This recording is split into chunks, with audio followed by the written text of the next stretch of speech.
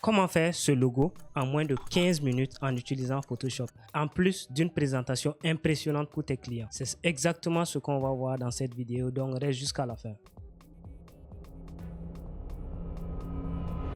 C'est parti pour la création de ce logo en moins de 15 minutes avec Photoshop, je précise. Donc déjà, on va créer un nouveau fichier pour vous qui êtes nouveau. Donc ici, fichier, New ou CTRL-N. Maintenant, à ce niveau-là, vu qu'on est sur Photoshop, on va devoir choisir une dimension. Moi, j'ai pris du 2000 pixels par 2000 et on va mettre le logo floral. Les paramètres sont bons, ok, tout simplement. Maintenant, à partir de là, il faut tout simplement utiliser une police. De préférence, c'est clair que vous devez d'abord peut-être essayer de faire une petite recherche pour voir en fonction des informations qui ont été remises par le client ou vous-même pour vous entraîner vu que peut-être vous êtes débutant. Vous cliquez, vous utilisez tout simplement l'outil texte ici. Et moi, côté police, c'est iBrand. Pour avoir iBrand, vous pouvez télécharger tout simplement sur, par exemple, Dafont. Donc, on peut se rendre ici. Voilà, vous pouvez taper Dafont. Donc, sur Dafont, ici, vous avez plusieurs polices qui sont disponibles. Vous pouvez télécharger une d'entre elles selon ce qui va le mieux avec votre projet.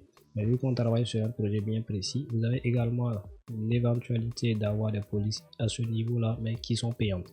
Donc, on revient sur notre projet rapidement. Donc, on va tout simplement écrire floral. Floral. De cette manière-là. Donc, iBrand est une police assez élégante et qui va très bien pour la conception de logos simplistes. Donc, on a ça à ce niveau. Ce que nous, on va faire tout simplement, c'est mettre à ce niveau-là, au niveau des coins, arrondir un peu, vu qu'on est dans un truc assez floral et on veut des formes plutôt circulaires, pointues et tout. Donc, pour ce faire, on va tout simplement faire CTRL, cliquer au niveau du T qui est sur le calque ici, on clique et on va effectuer une sélection. À partir de cette sélection, on va prendre l'outil de sélection à ce niveau, faire clic droit à l'intérieur de cette manière et créer un tracé. Voilà, donc make work path. Vu que moi mon Photoshop est en anglais, voilà. Donc côté tolérance, on peut laisser à 1. C'est fait. Il y a un tracé qui a été automatiquement créé. Et maintenant, vous pouvez créer un nouveau calque et désactiver ce calque là. Donc vous avez floral de cette manière et vous pouvez effectuer les modifications que vous voulez. Donc moi, pour ne pas trop me perdre, je vais devoir ajouter des points d'ancrage à ce niveau.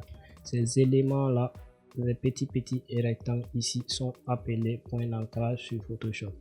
Et donc l'outil de base qu'on utilise très souvent sur Photoshop pour pouvoir faire des tracés à main levée et de manière assez professionnelle, c'est celui-là. C'est tout simplement l'outil plume. Donc vous cliquez à ce niveau et vous venez là.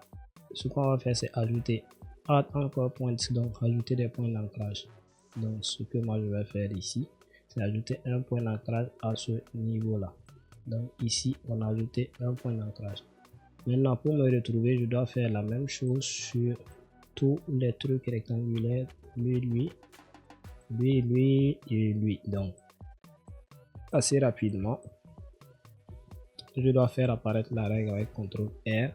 Si elle n'est pas déjà disponible ici, on clique à l'intérieur, on glisse et on fait ça. On place au niveau du point d'ancrage qu'on a créé. Donc à ce niveau, il faudra donc supprimer celui-là pour créer une courbe comme ceci. Donc pour supprimer, on repart toujours sur l'outil plume et maintenant delete. On delete, voilà, et on est bon. On a maintenant ça. Donc on doit appuyer sur Alt, prendre ce point d'ancrage ou plutôt cette tangente. On fait ça, on revient en arrière comme ça, de manière à être toujours, voilà, sans déformer cette ligne qui doit rester toujours droite. Et CTRL Z si vous avez fait une erreur. Donc, et maintenant on doit repousser celui-là pour revenir un peu vers le centre à ce niveau. Voilà. Donc toujours encore une fois ça pour pouvoir avoir un certain équilibre. Voilà, tout le monde est aligné, lui et lui, sur la même ligne. Et comme ça, cette courbure, on peut la reproduire facilement partout. Donc, même scénario ici à ce niveau. Ça vous permettra directement vous aussi de vous exercer. Donc, ajout point d'ancrage à ce niveau. On ajoute un point d'ancrage, même niveau. Suppression point d'ancrage, delete. On vient ici, on delete le point d'ancrage. On appuie Alt. On prend une des tangentes, c'est-à-dire celui avec le petit point circulaire. On fait revenir en glissant comme ça vers la gauche et on relâche un peu vers le milieu de la lettre. Ici, même chose, on fait ça, on remonte et on s'arrête à ce niveau exactement. Donc on a à peu près la même courbure ici et ici. On poursuit ici, même chose. Pour le R, ajout point d'ancrage, même scénario, rapidement. Donc, suppression point d'ancrage, rapidement, comme ça, centre, on s'arrête. Même chose ici, on remonte et on s'arrête. Donc, presque même chose. Le dernier maintenant, ajout point d'ancrage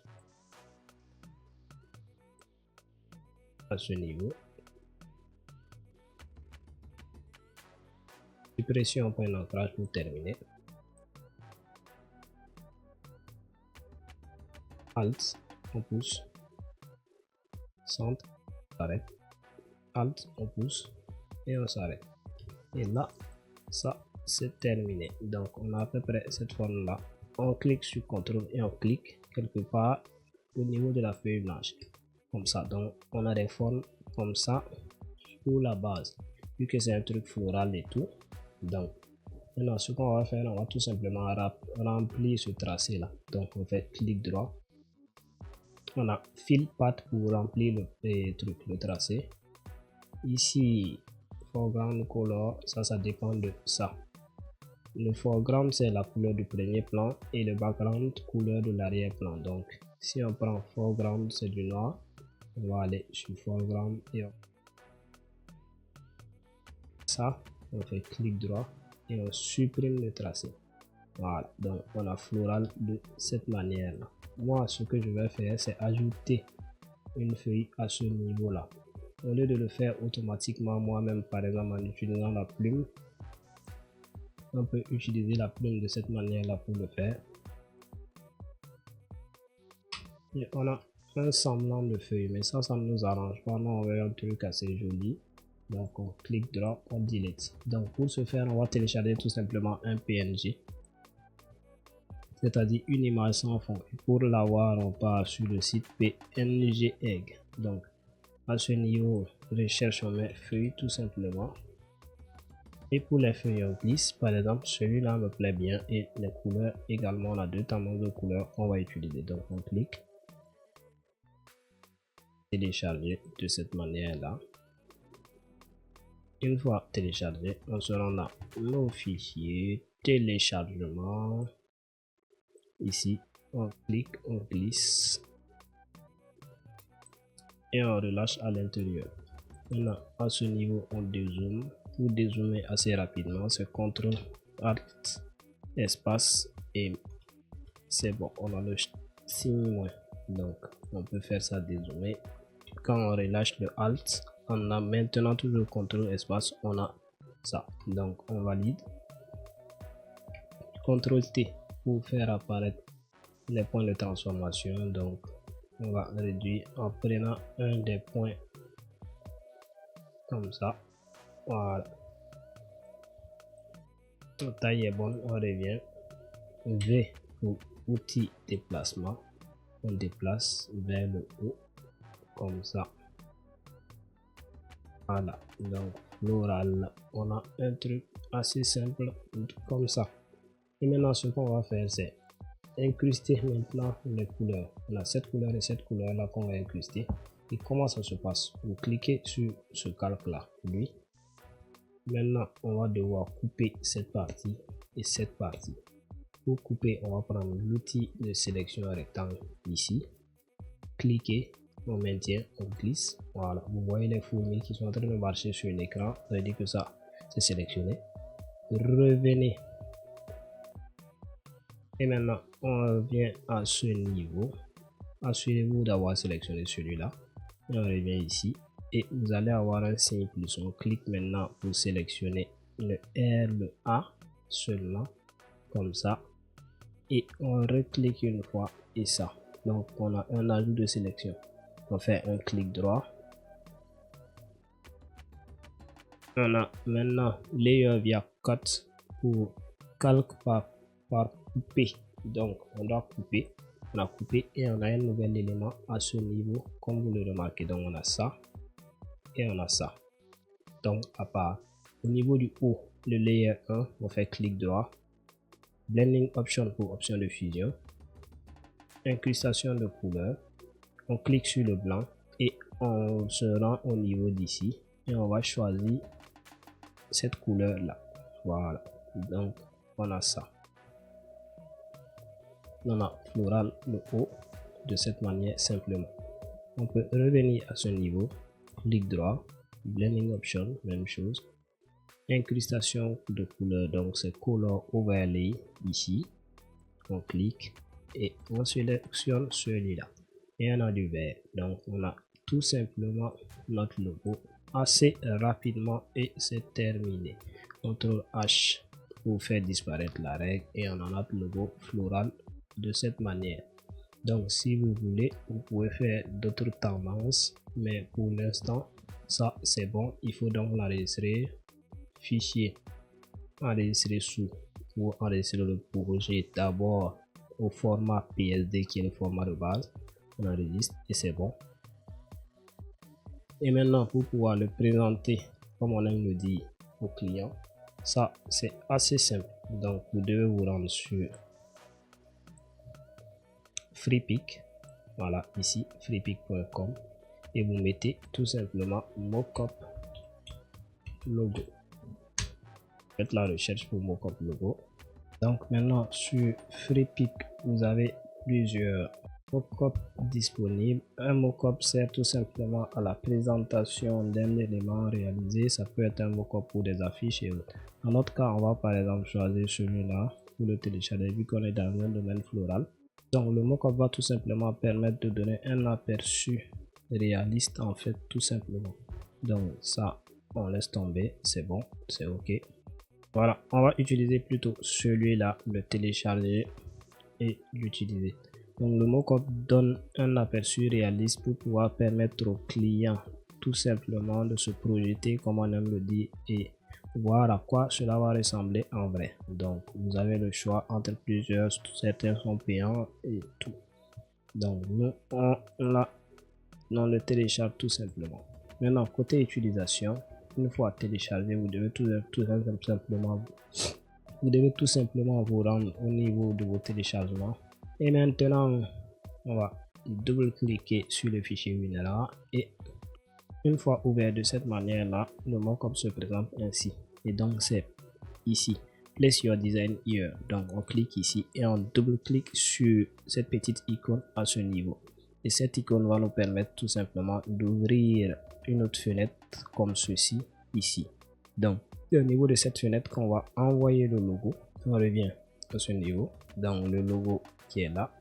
Voilà, on fait outil de déplacement, on clique, on glisse et on le renvoie tout simplement à ce niveau. Sa taille est plus grande, donc c'est CTRL T. On attrape un coin, on glisse, on revient et on fait ça. Et là, on est bon, on valide. Maintenant, il faudra supprimer ces trois éléments qui ne nous servent pas. On clique ici, CTRL, on clique. Et maintenant, on peut cliquer, glisser à ce niveau-là, tout comme on peut appuyer sur la touche Delete. Donc, ça c'est fait. On doit maintenant faire CTRL S pour sauvegarder. Une fois sauvegardé, vous pouvez revenir tout simplement à ce niveau-là. Et vous allez remarquer que le floral est simplement incrusté ici et c'est assez joli à voir.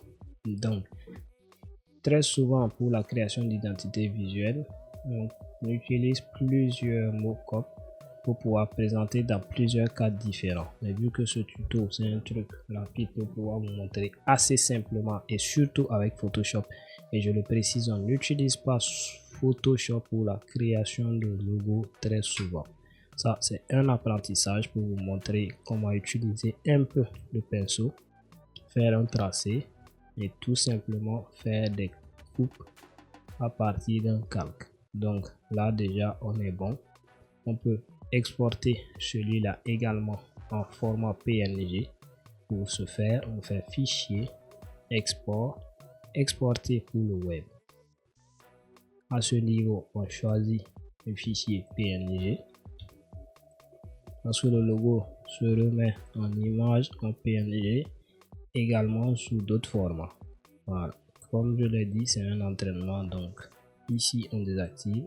On reprend la procédure, fichier, export pour le web, PNG, et on a ça. On prend tout simplement save. Moi je l'avais déjà sauvegardé, donc il est ici. Voilà un peu, voilà. Et c'est bon. Maintenant, lui également, il faut le sauvegarder pour pouvoir l'envoyer au client. Fichier export for the web. Au lieu de PNG, cette fois-ci c'est JPEG pour le format image. Sauvegarder. Même chose ici. On valide et c'est sauvegardé. Donc, merci d'avoir regardé le tuto jusqu'à la fin. On se revoit prochainement pour un nouveau tuto.